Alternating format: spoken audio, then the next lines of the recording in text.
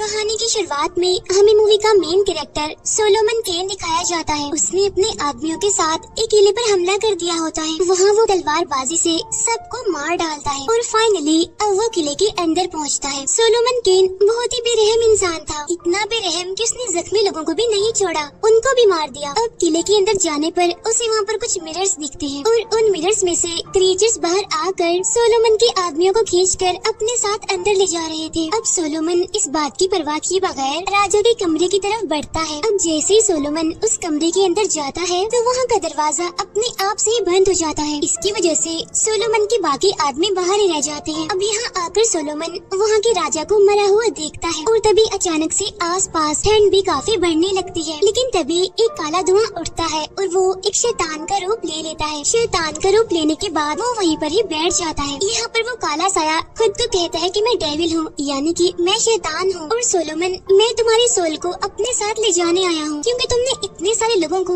बड़ी बेरहमी से मार दिया है और इसी वजह से तुम्हारे गुनाह अब काफी बढ़ चुके हैं और इसीलिए अब चाहे जो भी हो तुम्हें तो हेल में जाना ही है। अब ये कहकर वो शैतान सोलोमन पर हमला करता है, लेकिन सोलोमन एक खिड़की को तोड़कर वहाँ से भाग जाता है। इसके बाद कहानी में हमें 1 साल बाद का सीन दिखाया जाता है जहाँ पर हम इंग्लैंड में एक चर्च को देखते हैं। यहाँ पर हम सोलोमन को देखते हैं जिसने सारे बुरे काम छोड़ दिए हैं और उसने अच्छाई को अपना लिया है, यानी कि अब वो एक अच्छा इंसान बन चुका है ताकि गॉड उससे खुश हो जाए और उसे हेल में ना भेजे। उसने अपनी सारी प्रॉपर्टी भी चर्च को दे दी थी, लेकिन फिर एक दिन एक फादर सोलोमन के पास आते हैं और वो सोलोमन को बताते हैं कि मैंने अपने ड्रीम में देखा है कि तुम्हारी मंजिल तो कुछ और ही है और इसी वजह से अब तुम्हें इस चर्च को छोड़कर जाना होगा। अब यहाँ पर सोलोमन को ना चाहते हुए भी उस फादर की बात माननी पड़ती है, इसीलिए वो उस जगह को छोड़कर अपने घर जाने लगता है, यानी जहाँ पर उसने अपना बचपन गुजारा था। अब रास्ते में कुछ रॉबर्स यानी कि लुटेरे सोलोमन पर हमला कर देते हैं और उसे पकड़ लेते हैं, लेकिन यहाँ सोलोमन पलटकर उन पर हमला नहीं करता बल्कि वो उनसे आराम से मार खा लेता है क्योंकि अब वो अच्छाई से कभी भी दूर जाना नहीं चाहता। और इसी चीज का फायदा उठाकर वो रॉबर्स उसे इतना मारते हैं कि उसे बेहोश कर देते हैं। जब सोलोमन की आँख खुलती है तो वो खुद को एक गाड़ी के अंदर पाता है जहाँ उसके सामने एक लड़की होती है जिसका नाम मेरिडिथ होता है और वो उस टाइम सोलोमन का इलाज कर रही थी। अब मेरिडिथ और उसकी पूरी फैमिली एक दूसरे शहर में जा रही थी। रात के टाइम वो लोग एक जगह पर कैंप लगा लेते हैं और वहीं पर ही रात गुजारते हैं। रात को जब सोलोमन सो रहा होता है तो उसे अपने बचपन का एक सीन याद आता है जहाँ पर वो एक पहाड़ी के पास खड़ा होता है जहाँ वो देखता है कि उसका भाई एक लड़की को परेशान कर रहा है। अब जब सोलोमन ये देखता है तो वो अपने भाई को ऐसा करने से मना करता है, लेकिन वो उसकी बात नहीं मानता और इसी दौरान सोलोमन का भाई पहाड़ से काफी ऊंचाई से गिरता है। अब इस ख्याल के बाद सोलोमन की फौरन आँख खुल जाती है। इसके बाद वो सीधा मेरिडिथ के फादर के पास जाता है। यहाँ पर वो उनसे बातें करता है और अपनी सच्चाई भी उनको बता देता है कि मैंने अपनी जिंदगी में बहुत सारे बुरे बुरे काम किए हैं। मैंने हर वो काम किया है जो सिर्फ एक बुरा इंसान ही कर सकता है और इसी वजह से मेरी सोल प्योर नहीं रही, लेकिन अब मैंने अच्छाई को अपना लिया है। यहाँ मेरिडिथ के फादर उसे कहते हैं शाबाश बेटा, तुम बिल्कुल ऐसा ही करना, कभी भी अच्छाई से पीछे मत हटना और देखना कि गॉड तुम्हारे सारे गुनाह माफ कर देंगे। अब अगले दिन ये लोग आगे बढ़ते हैं। अब सोलोमन देखता है कि फैमिली इतनी अच्छी और इतनी सादी है, इसीलिए उसे भी ये फैमिली काफी पसंद आती है और उस फैमिली में जो उसे सबसे ज्यादा अच्छा लगता था वो कोई और नहीं बल्कि मेरिडिथ ही थी। चलते चलते वो लोग एक बस्ती में पहुँचते हैं जो कि पूरी तरह से जली होती है। वहाँ पर जलकर सारे लोग ही मरे हुए थे सिवाय एक छोटी बच्ची के। यहाँ वो उस बच्ची को संभालते हैं और उसे भी अपने साथ ही ले आते हैं। मेरिडिथ के फादर उस बच्ची से पूछते हैं कि आखिर वहाँ पर क्या हुआ था, वो बस्ती कैसे जली। यहाँ वो बच्ची बताती है कि हमारी बस्ती के लोग एक विच को जलाने की कोशिश कर रहे थे, लेकिन इतनी कोशिशों के बाद भी वो विच नहीं जली और जितने भी लोग विच की मौत को देखने के लिए आए थे विच ने उन सभी को ही मार डाला। अब यहाँ पर वो फैमिली उस बच्ची से कहती है कि तुम उन लोगों के लिए प्रे करो जिसे उस विच ने मार दिया है, लेकिन वो बच्ची डरते हुए साफ मना कर देती है प्रे करने से। तब ये देखकर सोलोमन को उस पर शक होने लगता है और इसीलिए वो एक क्रॉस को उस बच्ची के पास ले जाता है। अब ऐसा होते ही वो बच्ची अपने असली रूप में आ जाती है, यानी कि वो असल में एक विच थी जिसने उस बच्ची का रूप लिया हुआ था। यहाँ वो विच मेरिडिथ के हाथ में एक सिंबल बनाकर सोलोमन से कहती है कि शैतान तुम्हारा इंतजार कर रहा है। ऐसा कहने के बाद वो विच वहाँ से उड़कर कहीं चली जाती है। एक मास्क मैन को देखते हैं जो कि काफी खतरनाक था और वो उन लुटेरों को पकड़ लेता है जिन्होंने सोलोमन को पकड़ा था और वो उन सभी लुटेरों को बिल्कुल अपने जैसा ही बनाने लगता है। यहाँ पर मास्क मैन उन सभी पर अपना हाथ रखता है और उसके ऐसा करते ही वो सारे के सारे उसके ही कंट्रोल में आ जाते हैं। उधर मेरेडिथ सोलोमन से उस सिंबल के बारे में पूछती है, जिस पर सोलोमन कहता है कि मैं इस बारे में कुछ नहीं जानता, लेकिन हाँ तुम बस इतना सा करो कि मुझ पर भरोसा रखो। उसी रात सोलोमन देखता है कि मास्क मैन के आदमियों ने बहुत सारे लोगों को प्रिजनर बनाया हुआ है और वो उन्हें कैद करके अपने साथ ले जा रहे हैं। ये देखकर सोलोमन मेरेडिथ के भाई से कहता है कि तुम जल्दी से अपनी फैमिली के पास जाओ और उन्हें यहाँ से कहीं दूर चले जाने के लिए कहो। लेकिन मास्क मैन के आदमियों ने पहले ही मेरेडिथ की फैमिली पर हमला कर दिया था और ये देखकर मेरेडिथ का भाई जोरों से चिल्लाने लगता है। अब उसके चिल्लाने की आवाज सुनकर सोलोमन भी वहाँ पर आ जाता है। मेरेडिथ के भाई को एक आदमी ने पकड़ा हुआ था और उसके गले पर चाकू रखा हुआ था। यहाँ पर सोलोमन उस आदमी से कहता है कि प्लीज इस बच्चे को छोड़ दो, ये तो एक सिर्फ छोटा बच्चा है, तुम इसे मत मारो। लेकिन अब क्योंकि वो आदमी मास्क मैन के कंट्रोल में था, इसलिए वो सोलोमन की एक नहीं सुनता और मास्क मैन के कहने पर मेरेडिथ के भाई का गला काट कर उसे वहीं पर ही मार डालता है। अब ये देखकर सोलोमन काफी दुखी हो जाता है और काफी टूट भी जाता है। इसके बाद वो ऊपर देखकर ये डिसाइड करता है कि अगर अब मैंने इन लोगों को मारा तो जरूर अब की बार तो मैं हेल में जाऊंगा ही जाऊंगा, लेकिन अब इस चीज की मुझे कोई परवाह नहीं है और मैं इस चीज को कबूल करने के लिए बिल्कुल तैयार हूँ। अब ये डिसाइड करते ही सोलोमन एक एक करके मास्क मैन के सभी आदमियों को बड़ी ही बेरहमी से मारने लगता है। लेकिन मास्क मैन के आदमियों ने पहले ही मेरेडिथ को अपने साथ काफी आगे ले आए थे। इसके बाद सोलोमन मेरेडिथ के फादर के पास आता है। उसे देखकर उसके फादर कहते हैं कि अभी मुझसे वादा करो कि तुम मेरी बेटी की जान बचाओगे और हमेशा उसके साथ रहोगे। अब सोलोमन यहाँ पर उनसे लड़ने के लिए बहुत सारे हथियार तैयार करता है। फिर सोलोमन मास्क मैन का पीछा करते करते उसके बहुत सारे आदमियों को मार डालता है। जैसे जैसे मास्क मैन के आदमी मरते जा रहे हैं, उनके चेहरे और उनकी आंखें भी बदलती जा रही हैं। और ये देखकर सोलोमन फौरन समझ जाता है कि इन सभी को मास्क मैन ने अपने कब्जे में कर रखा है। ऐसे बहुत सारे दिनों तक मेरेडिथ को ढूंढता रहता है। इसके बाद वो एक दिन एक चर्च में जाता है। तभी वहाँ पर उस चर्च के फादर आ जाते हैं। वो यहाँ शैतान बेसमेंट में दिखाते हैं और ये सारे शैतान भी मास्क मैन ने ही बनाए थे और इन सभी को भी उसने अपने कंट्रोल में किया हुआ था। अब यहाँ पर फादर ये बात जानते हैं कि जो कुछ भी इन लोगों के साथ हुआ है इसमें इनका कोई कसूर नहीं है, सारा कसूर तो मास्क मैन का ही है। इसीलिए वो इन शैतानों को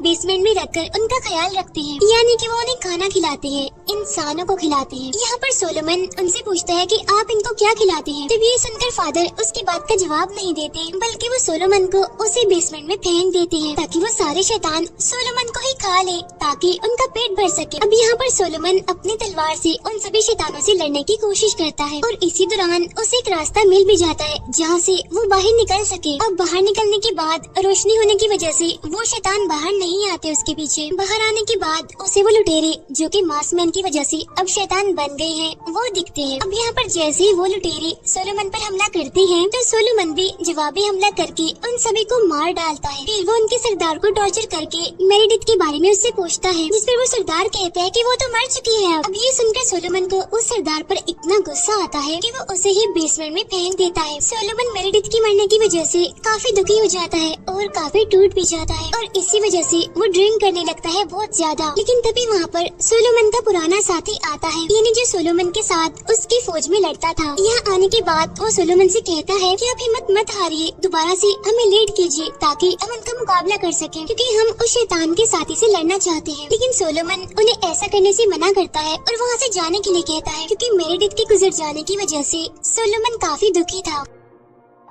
कुछ टाइम गुजरने के बाद वहाँ पर मास्क मैन और उसके आदमी पहुँच जाते हैं। यहाँ आते ही वो पूरे गांव में तबाही मचा देते हैं, पूरे गांव को आग लगा देते हैं। ऐसा करने के बाद वो वहाँ के लोगों को सूली पर लटका देते हैं और उन लोगों में सोलोमन भी शामिल था। यहाँ सोलोमन सूली से खुद को छुड़ाने के लिए जरा भी कोशिश नहीं करता, क्योंकि अब उसे ये जिंदगी नहीं चाहिए थी। इसी वजह से वो वहीं पर ही लटका रहता है। फिर कुछ ही टाइम के बाद वहाँ से वो लोग गुजरते हैं जिन्होंने मेरेडिथ को प्रिजनर बनाया हुआ था। यहाँ पर मेरेडिथ सोलोमन को देख लेती है और उसको देखते वो जोरों से चिल्लाने लगती है। अब उसके चिल्लाने की आवाज सोलोमन भी सुन लेता है और यहाँ पर उसे भी पता चल जाता है कि मेरेडिथ मरी नहीं बल्कि वो अभी भी जिंदा है और इसीलिए अब वो अपनी पूरी ताकत लगाकर सूली से आजाद होने की कोशिश करता है और आखिरकार वो सूली से आजाद होकर नीचे गिर जाता है। लेकिन मास्क मैन के आदमी तो वहीं पर ही थे और यहाँ पर सोलोमन इतना कमजोर था कि उसके अंदर उन लोगों से लड़ने की ताकत बिल्कुल भी नहीं थी। लेकिन तभी वहाँ पीछे से सोलोमन का वही पुराना साथी आता है। वो अपने साथ यहाँ पर अपनी पूरी फौज लाया होता है। वहाँ आते ही वो मास्क मैन के सभी लोगों को मार देता है। वो लोग सोलोमन पर किए गए जादू को खत्म कर देते हैं। फिर जब सोलोमन को होश आता है तो वो देखता है कि उसके हाथ जो सूली पर लटकने की वजह से जख्मी हो गए थे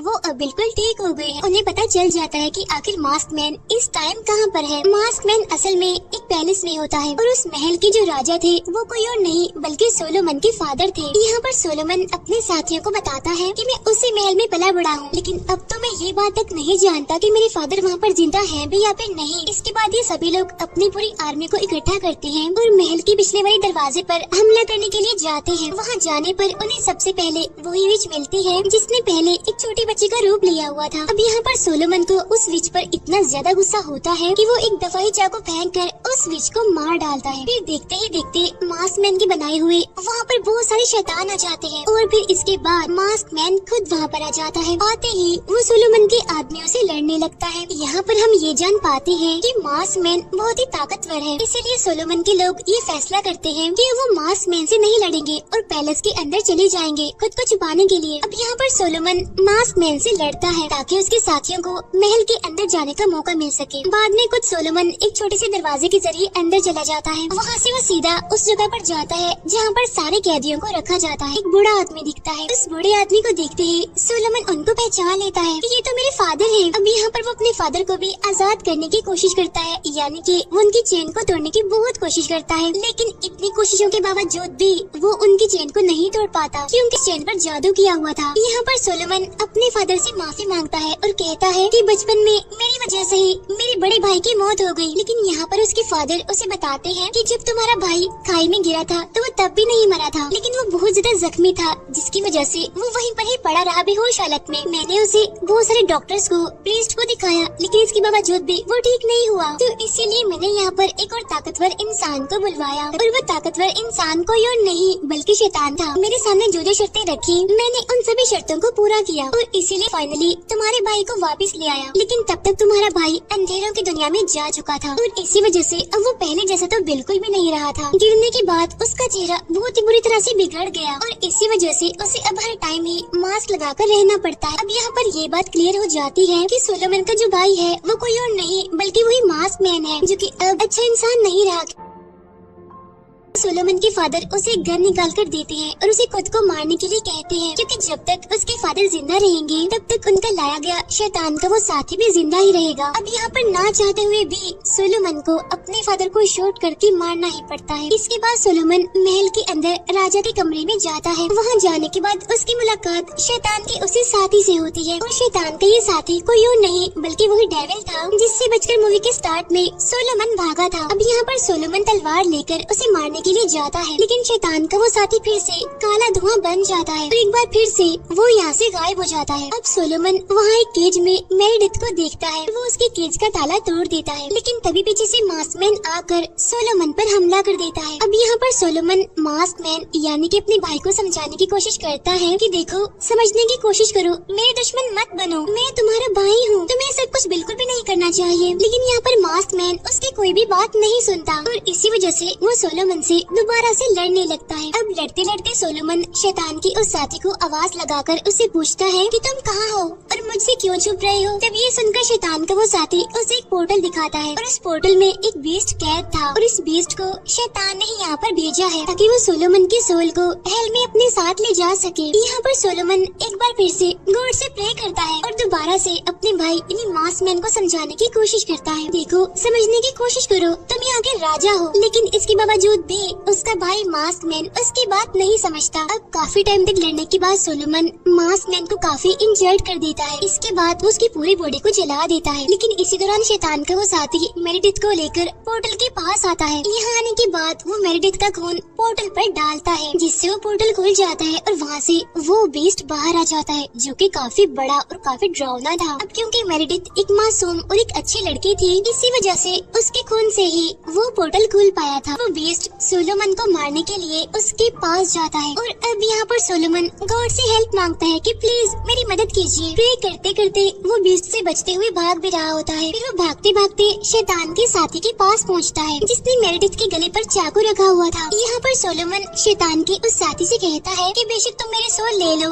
लेकिन इसको मेरेडिथ को छोड़ दो। तभी ये सुनकर शैतान का वो साथी सोलोमन से पूछता है कि आखिर तुम इसको क्यों बचाना चाहते हो, वो भी अपने सोल देकर। जिस पर सोलोमन गन निकाल कर उससे कहता है क्योंकि मैंने इसके फादर से एक वादा किया था कि मैं मेरेडिथ को जरूर बचाऊंगा। ऐसा कहते ही सोलोमन शैतान के उस साथी को शूट कर देता है जिससे फौरन ही वहीं पर ही मौत हो जाती है। इसीलिए मेरेडिथ भी अब उससे आजाद हो जाती है। अब क्योंकि यहाँ पर सोलोमन ने मेरेडिथ को बचाकर अपना वादा पूरा कर दिया था तो इसी वजह से गॉड उसके सारे गुनाह, उसके सारे बुरे काम माफ कर देते हैं, जिसकी वजह से अब बीस्ट भी वापिस से पोर्टल में चला जाता है। यहाँ पर वो दोनों ही काफी इमोशनल हो जाते हैं। साथ साथ वो काफी खुश भी थे कि अब वो शैतान फाइनली शुक्र है यहाँ से जा चुका है। इसके बाद सोलोमन मेरेडिथ को उसकी मदर के पास भेज देता है और खुद वो एक नदी के किनारे खड़ा होता है और कहीं और जाने के लिए बिल्कुल तैयार होता है क्योंकि अब उसे अपने जीने का मकसद पता चल चुका था, यानी कि अब वो इस दुनिया से शैतानों और बुरी पावर्स को खत्म करके इस पूरी दुनिया को बिल्कुल प्योर बना देगा। मूवी यहीं पर एंड हो जाती है।